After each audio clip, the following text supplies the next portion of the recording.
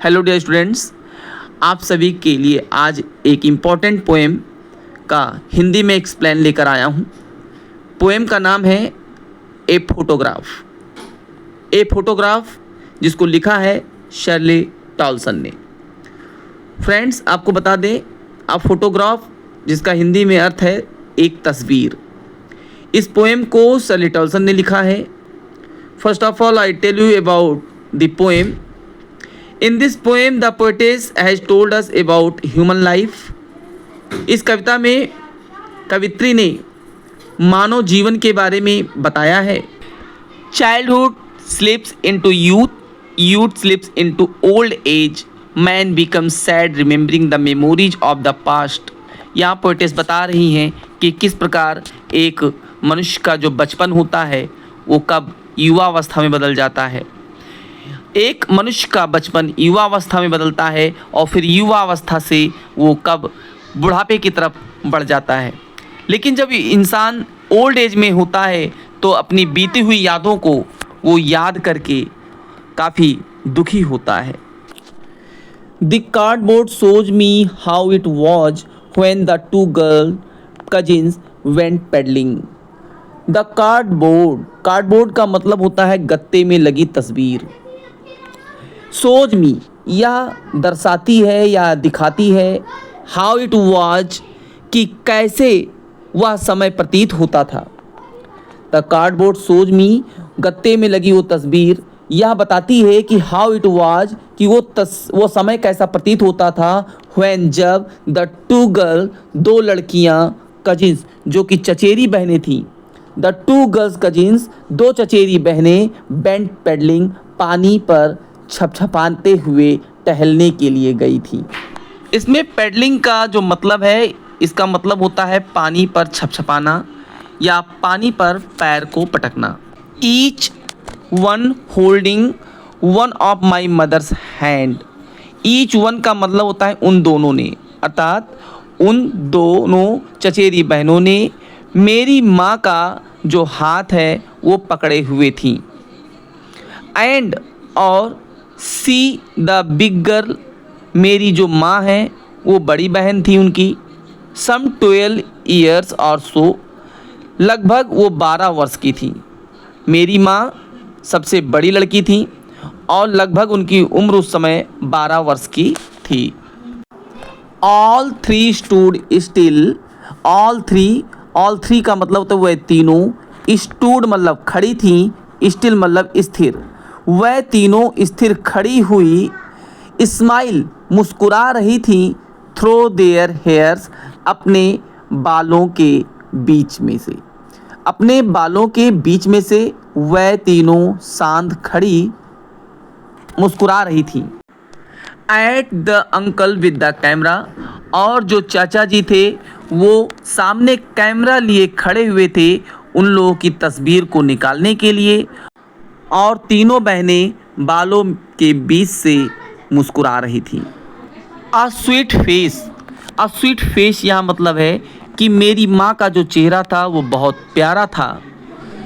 My mother's that was before. ये मेरी माँ का चेहरा उस समय इतना प्यारा था बिफोर आई वॉज बोर्न, जिस समय अभी मेरा जन्म नहीं हुआ था।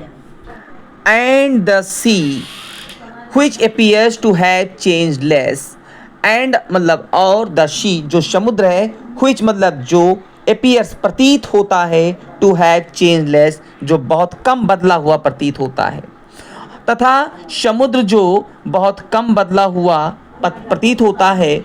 was their terribly transient feet। वह उनके अत्यधिक अल्पकालिक पैरों को धो रहा था। वास्ट का मतलब होता है धोना।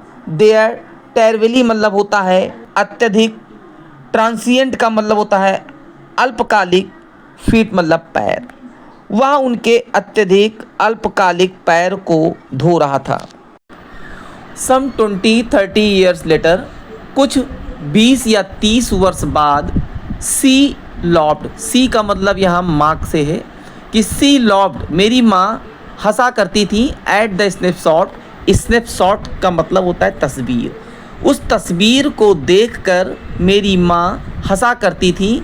सी बेटी एंड डॉली सी सेड, वो कहती थी कि ज़रा बेटी एंड डॉली को देखो। यहाँ दो जो कजिन बहनें हैं उनका नाम है, एक का नाम बेटी था और एक का नाम डॉली था। तो कहती थी कि उनको देखो और उनको देखकर वो हंसा करती थी। एंड लुक, और ज़रा देखो, हाउ, कि किस तरह से दे ड्रेस्ड अस, हम लोगों को कपड़े पहनाए जाते थे, फॉर द बीच, समुद्र के तट पर ले जाने के लिए। तो यहाँ आगे कह रही हैं पोएटेस कि लुक, देखो ज़रा, हाउ, कैसे, दे ड्रेस्ड अस, हम लोगों को कपड़े पहनाए जाते थे, फॉर द बीच, समुद्र तट पर ले जाने के लिए। द सी हॉलीडे, समुद्र के तट पर बिताई गई जो छुट्टियाँ थीं, वाज हर पास्ट, वह उनका अतीत बन गई थी। माइन इज हर लॉफ्टर, और मेरे लिए उनकी हंसी अतीत की बात बन गई।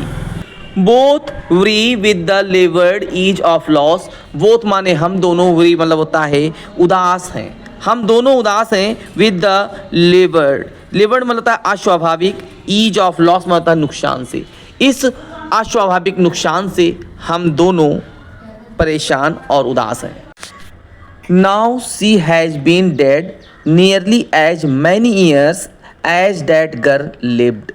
नाउ, अब, सी हैज़ बीन डेड, उसको मरे हुए, नियरली एज मैनी ईयर्स, लगभग उतने ही वर्ष बीत चुके हैं, एज दैट गर्ल लिव्ड, जितना कि इस वक्त लेखिका का वह उम्र है, जितना इस वक्त लेखिका का उम्र है उतने ही वर्ष लगभग उसको मरे हुए बीत चुके हैं।